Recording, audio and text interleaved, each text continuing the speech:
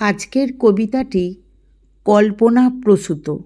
আমার মন থেকে লেখা, সমস্ত চরিত্র কাল্পনিক। পিতৃপক্ষের অবসান আর দেবীপক্ষের সূচনা। শরতের আগমনে দেবীর বোধনে দিকে দিকে আনন্দে ভরে উঠেছে মহালয়ার সুর। দেবীর আগমনী বার্তা।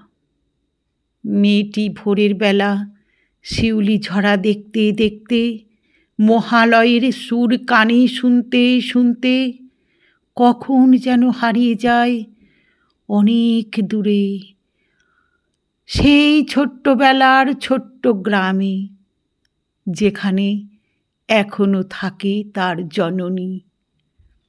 ডাকতো বিশেষ নামে, মনে পড়ে কত স্মৃতির আবেশ। মায়ের আদর, মায়ের পরশ, মায়ের স্নেহ, মায়ের গন্ধ পেতে বড় স্বাদ জাগে। মাগো, তুমি কেমন আছো? আমার কথা মনে রেখেছ? ষষ্ঠী এলে চৌকাঠে ফোঁটা আজও দাও কি এঁকে? আবার চণ্ডীপাঠ কানে আসে। ইয়া দেবী সর্বভূতেষু মাতৃরূপেণ সংস্থিতা। আজ স্মৃতির পাহাড়ে শুধুই গর্ভধারিণী। খুব জানতে ইচ্ছে হয়, জানো মা, আমাকে দূরে সরিয়ে দিয়ে তুমি কাঁদো কিনা, তোমার চোখে জল আসে কিনা। তুমি নিশ্চয়ই খুব ভালো আছো। মেয়েরাই কেন কষ্ট পায় বলতে পারো মা? মাঝে মাঝে মনে হয় প্রবাদ বাক্যটি ভুল ছিল। কুসন্তান যদিও হয়, কুমাতা কখনো নয়।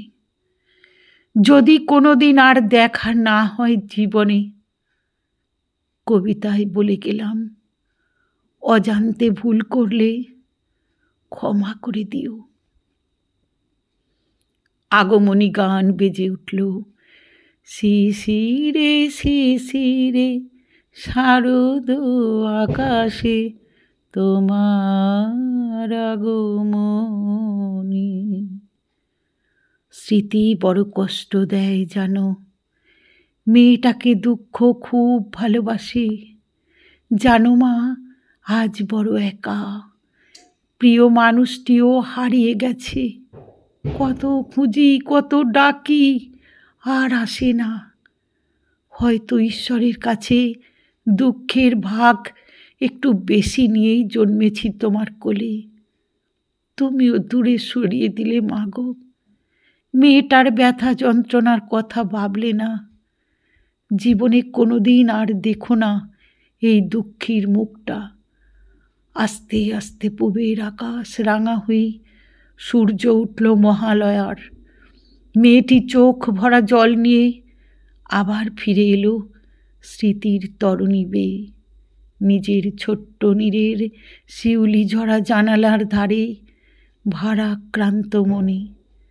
আবার কখনো মায়ের কথা ভাবতে ভাবতে চোখ ভিজে যাবে। দেবীর চণ্ডীপাঠ ও আগমনী গান শেষে চোখ মুছে নিল দুঃখকে ভালোবেসে। দশভুজা সকলের মঙ্গল করো মা।